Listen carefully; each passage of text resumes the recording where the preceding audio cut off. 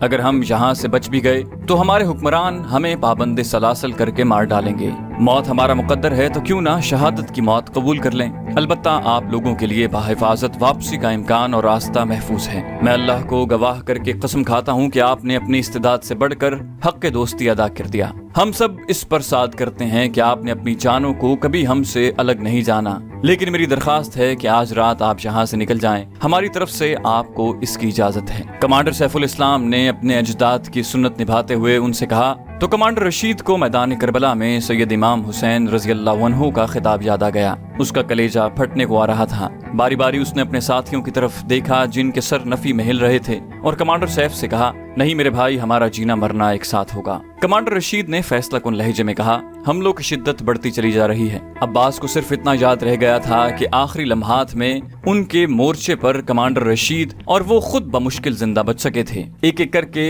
ساتھی ان کا ساتھ چھوڑ رہے تھے۔ کمانڈر سیف کے پیٹ میں بم پھٹنے سے ایک لوہے کا ٹکڑا لگا اور اس کا پیٹ کاٹ کر رکھ دیا۔ زخم اتنا بڑا تھا کہ آنتیں تک باہر آ گئیں۔ کمانڈر رشید اور اس نے مل کر کسی نہ کسی طرح ایک چادر سے زخم کو باندھ دیا، اس کے علاوہ وہ کچھ بھی نہیں کر سکتے تھے۔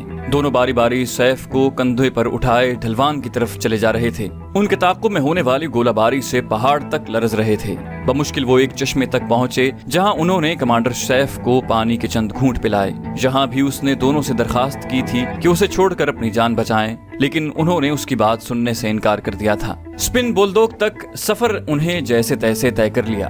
طالبان اس علاقے کو خالی کر کے پہاڑوں کی طرف پسپا ہو رہے تھے۔ کمانڈر رشید نے بمشکل ایک عارضی مرکز سے جہاں ابھی کچھ مجاہدین موجود تھے کمانڈر سیف کی مرہم پٹی کروائی۔ مسلسل خون بہنے سے اس کی حالت بہت خراب ہو گئی تھی، لیکن وہ کسی بھی ہسپتال تک جانے کا خطرہ مول نہیں لے سکتے تھے۔ جہاں صورتحال بالکل غیر واضح تھی، کچھ سمجھ نہیں آ رہا تھا کہ کون کہاں قابض ہے۔ سپن بولدوگ پر خانہ جنگی کی سی کیفیت طاری تھی۔ ایک طالبان کمانڈر کی فراہم کردہ کار کے ذریعے وہ کسی نہ کسی طرح پاکستانی سرحد کے نزدیک پہنچنے میں کامیاب ہو گئے تھے، جہاں سے کمانڈر رشید ایک خفیہ راستے کے ذریعے چمن کی طرف آنا چاہتا تھا۔ طالبان سے ملنے والی اطلاعات کے مطابق چمن سرحد کے چپے چپے پر پہرے دار موجود تھے جن کی مدد کے لیے پاکستانی ایجنسیاں ہمراہ تھیں۔ ایک مرتبہ پھر رات کے اندھیرے میں وہ کمانڈر سیف کو کندھے پر اٹھائے ایک خفیہ مقام سے سرحد عبور کرنے کی کوشش کر رہے تھے جب اچانک ٹارچ کی روشنی ان پر پڑی۔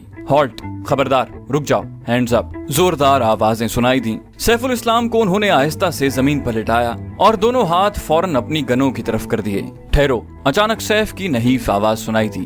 دونوں نے مڑ کر اس کی طرف دیکھا۔ یہ پاکستانی ملیشیا ہے کمانڈر رشید، ان کے خلاف ہم نے گولی نہیں چلانی۔ اس نے اپنی بات بمشکل کی، لیکن کمانڈر صاحب وہ آپ کو امریکنوں کے حوالے کر دیں گے، ہمیں اپنی پرواہ نہیں۔ عباس نے چاہا اسے صورتحال کی سنگینی سے خبردار کر دے۔ وہ کچھ بھی کریں، اگر تم ابھی تک خود کو کسی نظم کا پابند سمجھتے ہو تو تمہارا سینئر کمانڈر ہونے کے ناطے میں تمہیں حکم دیتا ہوں کہ پاکستانی ملیشیا پر فائرنگ نہیں کرنی۔ دونوں کی گردنیں جھک گئیں۔ دوسری طرف سے مسلسل وہی آوازیں بلند ہو رہی تھیں۔ عباس، کمانڈر رشید، میری درخواست ہے کہ تم نکل جاؤ۔ معلوم نہیں کہ میں اس زخم سے جانبر بھی ہو سکوں گا یا نہیں، لیکن تمہاری ابھی بہت ضرورت ہے۔ سیف نے ان کے چہروں پر نظر جماتے ہوئے کہا۔ سامنے موجود پاکستانی ملیشیا کے جوان شاید انہیں مقابلے پر آمادہ پا کر ان کے گرد اپنا گھیرا تنگ کر رہے تھے، کیونکہ وہ انہیں زندہ گرفتار کر کے امریکیوں کے سامنے پیش کرنے کے مشن پر مامور تھے۔ یہ ناممکن ہے کمانڈر سیف۔ کمانڈر رشید نے نفی میں سر ہلایا۔ خدا کے لیے اپنے ایک مرتے ہوئے ساتھی کی آخری خواہش جان کر میری بات مان لو۔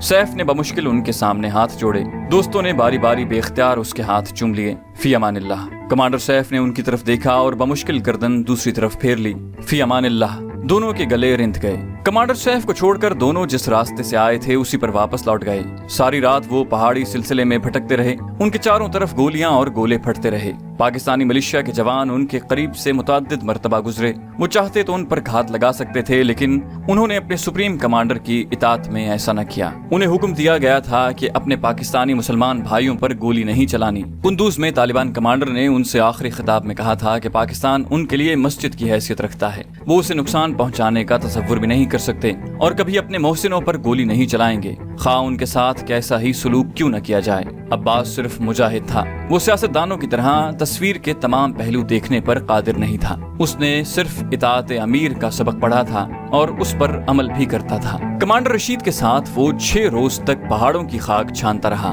اس دوران سپن بولدوگ پر مخالف کمانڈروں کا مکمل قبضہ ہو چکا تھا۔ اب ان کے لیے اپنے ہتھیار اپنے ساتھ رکھنا بھی ممکن نہیں رہا تھا، کیونکہ اتحادی فوجوں کی طرف سے مقامی کمانڈروں کو حکم دیا گیا تھا کہ کسی بھی مسلح شخص کو بے دریغ گولی مار دی جائے۔ دونوں نے خود پر جبر کر کے اپنے ہتھیار ضائع کیے اور مقامی آبادی کا حصہ بنے پاکستانی سرحد کی طرف آ رہے تھے۔ اسپن بلڈوگ میں موجود مافیا گروپ، جو اپنی لوٹ مار کے لیے ماضی میں بھی بڑی شہرت رکھتا تھا، طالبان کے شہر خالی کرنے کے ساتھ ہی متحرک ہو گیا۔ لٹیروں کے مختلف گروپ ایک دوسرے کے خلاف سرگرم عمل تھے۔ شہر میں شورش بڑھتی جا رہی تھی اور دونوں کے لیے اس فضا میں چپکے سے نکل جانا ممکن ہو گیا تھا۔ کسی نہ کسی طرح دونوں نے سرحد عبور کی اور چمن آ گئے۔ دوسری زندگی مبارک۔ گھر آنے پر نبیلہ نے اس سے کہا تو وہ بے اختیار مسکرا دیا۔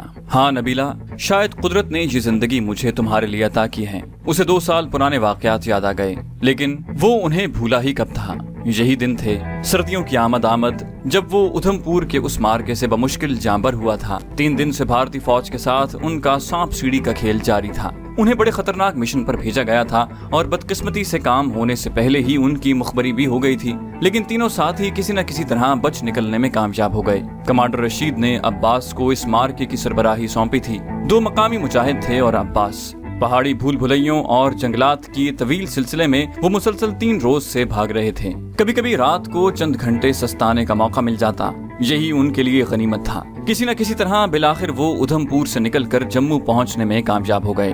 ان کا ایک سیف ہاؤس یہاں موجود تھا، لیکن مخبری کا شبہ ہونے کی وجہ سے عباس نے کوئی خطرہ مول لینا مناسب نہ سمجھا اور ادھر کا رخ کرنے کی بجائے یہیں رک کر خود نکلنے کی کوشش کی۔ اپنے دونوں مقامی ساتھیوں کو اس نے ادھم پور سے بحفاظت نکل آنے پر خود سے الگ کر دیا تھا۔ وہ جانتا تھا دونوں یہاں محفوظ ہیں اور خود الگ قسمت آزمائی کا فیصلہ کیا تھا۔ یہ سرحد اس کے لیے کوئی نئی سرحد نہیں تھی۔ 10 مرتبہ وہ آر پار جا چکا تھا، گو کہ یہاں شاید ہی کوئی ایسی جگہ رہ گئی ہو جہاں بھارتی فوج نے خاردار تاروں کا جال نہ بچھا رکھا ہو۔ لیکن عباس کے لیے ابھی کئی محفوظ راستے باقی تھے۔ وہ کسی نہ کسی راستے سے اپنے ساتھیوں اور سامان سمیت اندر داخل ہوتا اور اپنا کام مکمل کرنے کے بعد واپس بیس کیمپ کی طرف لوٹ جایا کرتا۔ لیکن آج قسمت اس سے یاوری نہیں کر رہی تھی۔ جس پوائنٹ کو محفوظ جان کر اس کی طرف بڑھتا، وہاں پہلے سے بھارتی سیکیورٹی فورسز کو موجود پاتا۔ دشمن باخبر تھا اور اسے شاید اندازہ بھی تھا کہ وہ اپنے ساتھیوں سمیت اس طرف سے نکلنے کی کوشش کرے گا۔ اپنی زاد راہ کا جائزہ لے کر اس نے اچانک بھارت کے اندر چھپ کر اچھے وقت کا انتظار کرنے کا فیصلہ کیا اور بجائے سرحد کی طرف جانے کے دلی کا رخ کر لیا۔ دلی میں اسے مدد میسر آ گئی تھی اور یہاں سے وہ اپنے مرکزی کمان کے ساتھ رابطہ کر کے اگلی حکمت عملی بھی طے کر سکتا تھا۔ سرحدی علاقوں سے ایسی کوئی بھی کوشش ان حالات میں اسے کامیاب ہوتی دکھائی نہیں دے رہی تھی۔ جموں سے براہ راست دلی جانے کی بجائے اس نے مختلف مقامات پر رک کر اور سمتیں تبدیل کرتے ہوئے دلی تک جانے کا فیصلہ کیا تھا۔ 10 گھنٹے کا سفر اس نے 22 گھنٹے میں طے کیا، لیکن بحفاظت دلی پہنچ گیا۔ رات ایک قدر مناسب سرائے میں بسر کرنے کے بعد اس نے ایک PCO کے ذریعے مرکزی کمان سے رابطہ کیا اور اگلی ہدایات طلب کی تو اسے مقامی مدد حاصل کرنے کی اجازت مل گئی۔ اس روز شام گئے اس نے اپنے مقامی ہمدرد سے رابطہ کر کے اگلا لائحہ عمل طے کرنا تھا۔ اس سلسلے میں اس نے سلیم کو فون کیا تھا۔ سلیم سے عباس کی مجاہد تنظیم نے پہلی مرتبہ کام کے سلسلے میں رابطہ کیا تھا۔ سلیم کا تعلق دلی کے ایک روایتی گھرانے سے تھا اور اس کا اپنے رشتہ داروں کے ساتھ پاکستان آنا جانا لگا رہتا تھا۔ پھرے بازی کے بزنس سے منسلک سلیم کا رابطہ جلد ہی را کے مقامی باس شکلا سے ہو گیا، جس نے سلیم میں ایسی خصوصیات دیکھ لی تھی جو انہیں اپنے کام کے لیے درکار ہوتی تھی۔ شکلا نے سلیم کو پہلے ہی جھٹکے میں چاروں شانے چت کر دیا تھا۔ پہلے تو سلیم نے کچھ ہیکڑی دکھائی، لیکن بمشکل 15 منٹ را کے سیف ہاؤس پر گزارنے کے بعد اس کا پتا پانی ہونے لگا اور اگلے چند منٹ کے بعد وہ شکلا کا بندہ بے دام بن چکا تھا۔ ایک بات یاد رکھنا، تمہارے ماں باپ، بہن بھائی، رشتہ دار سب یہاں بھارت میں رہتے ہیں، اس لیے کوئی ہوشیاری دکھانے کی کوشش نہ کرنا، ورنہ کتے کی موت مارے جاؤ گے۔ یہ بات ذہن میں رہے کہ تم ہمیں کوئی چکر دے کر پاکستان میں غائب نہیں ہو سکتے۔ یہاں تمہارے عزیز رشتہ داروں کے ساتھ جو کچھ ہوگا وہ تو تم جانتے ہی ہو، لیکن وہاں بھی ہم تمہیں نہیں چھوڑیں گے۔ یا تو ہمارے ہاتھ مارے جاؤ گے یا پھر وہاں کی کوئی ایجنسی تمہیں مار ڈالے گی۔ ہم تمہارے خلاف ایسے ثبوت ان تک پہنچا دیں گے کہ تم ان کے ہاتھوں بچ نہ پاؤ گے۔ میری بات سمجھ رہے ہو نا؟ شکلا نے اسے آخری نفسیاتی دھچکا لگایا۔ اللہ کا شکر کرو سلیم میاں جو شکلا صاحب کے ہاتھ لگے ہو۔ ارے ان کی دوستی تمہیں دنوں میں کروڑ پتی بنا دے گی۔ دنوں میں موجیں کرو گے اور تمہیں کرنا بھی کیا ہے، بس ایک آدھ شکار ہی تو پھانس کر دینا ہوگا۔ کبھی کبھی کوئی پٹاخہ چلا دیا اور بس ارے میاں تم جیسے درجنوں بھاڑے کے ٹٹو یہاں دلی میں موجود ہیں، وہ تو شکلا صاحب کی مہربانی ہے کہ جو تمہارا انتخاب کیا۔ شکلا کے ماتحت عبداللہ نے کہا اور سلیم نے بے اختیار دانت نکال دیے۔ وہ اچھی طرح یہ بات سمجھ گیا تھا کہ ایک مرتبہ ان لوگوں کی نظروں میں گرنے کے بعد اس کا بچ نکلنا اب ممکن نہیں رہا۔ پھر یہ کوئی مہنگا سودا بھی نہیں تھا۔ عبداللہ میاں سچ تو کہہ رہے تھے، اسے کرنا ہی کیا تھا، اور اس نے شکلا کی ہدایت پر اپنے دوسرے ہی پھیرے میں کمانڈر رشید کی مجاہد تنظیم سے رابطہ کر لیا۔ اپنی چرب زبان سے اس نے سیدھے سادے مجاہدوں کو جلد ہی شیشے میں اتار لیا۔ اگلے 2-3 پھیروں میں اس نے مجاہدوں کی طرف سے سونپے گئے کام بھی کر کے دکھا دیے، جو ان کی توقعات سے بڑھ کر کامیاب تھے۔ اس بات کا تو انہیں گمان بھی نہیں تھا کہ یہ جال را نے بچھایا ہے، اور اب تک سلیم کی مدد سے وہ ان کے 3 محفوظ ٹھکانوں تک پہنچ چکے ہیں۔ عباس کا فون ملتے ہی سلیم نے شکلا صاحب سے رابطہ کیا تھا۔ ویل ڈن، یہ ہوئی نا بات، کہاں ملو گے اس سے؟ پرتاپ نگر کے ہوٹل ریکس کا ٹائم دیا ہے سرکار۔ سلیم نے اپنے ہونٹوں پر زبان پھیرتے ہوئے کہا، ٹھیک ہے، اپنی آنکھیں اور کان کھلے رکھنا، خبردار اگر اسے کوئی شک ہونے دیا تو بالکل نارمل رہنا، اور ہاں یہ بات دماغ میں رہے کہ وہ مسلح ہوگا، اور اگر اسے تم پر ذرا سا بھی شک گزرا تو تمہیں بہر صورت گولی مار دے گا۔ شکلا نے اسے بریفنگ دیتے ہوئے کہا، مگر سرکار یہ تو سلیم کے منہ سے ڈھنگ سے بات نہیں نکل پا رہی تھی۔ اس نے مجاہدین کے ساتھ کچھ وقت گزارنے کے بعد کم از کم اس بات کا اندازہ ضرور کر لیا تھا کہ ان لوگوں کے لیے سب سے زیادہ غیر اہم چیز ان کی اپنی جان ہے، جس کی یہ کبھی پرواہ نہیں کرتے، اور جو لوگ اپنی جان کی پرواہ نہ کرتے ہوں ان کے لیے دوسروں کی جان لینا کچھ معنی نہیں رکھتا۔ ارے بھائی کیوں مرے جا رہے ہو؟ ہم لوگ وہاں ہوں گے نا تمہاری حفاظت کے لیے۔ انسپیکٹر شرما نے اس کی ہمت بندھائی۔ جی سرکار، جیسے آپ کا حکم۔ سلیم ابھی سے خوفزدہ ہو رہا تھا۔